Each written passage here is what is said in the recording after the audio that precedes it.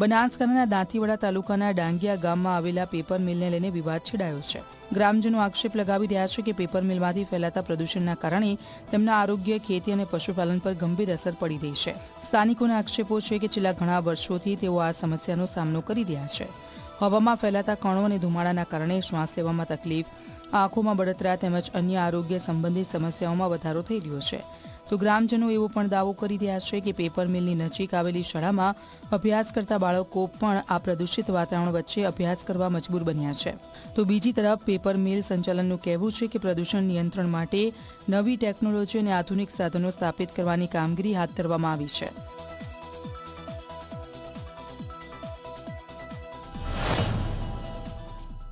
ખેડૂતને અતિ નુકસાન થઈ રહ્યું છે, પશુ માલને પણ અતિશય નુકસાન થઈ રહ્યું છે।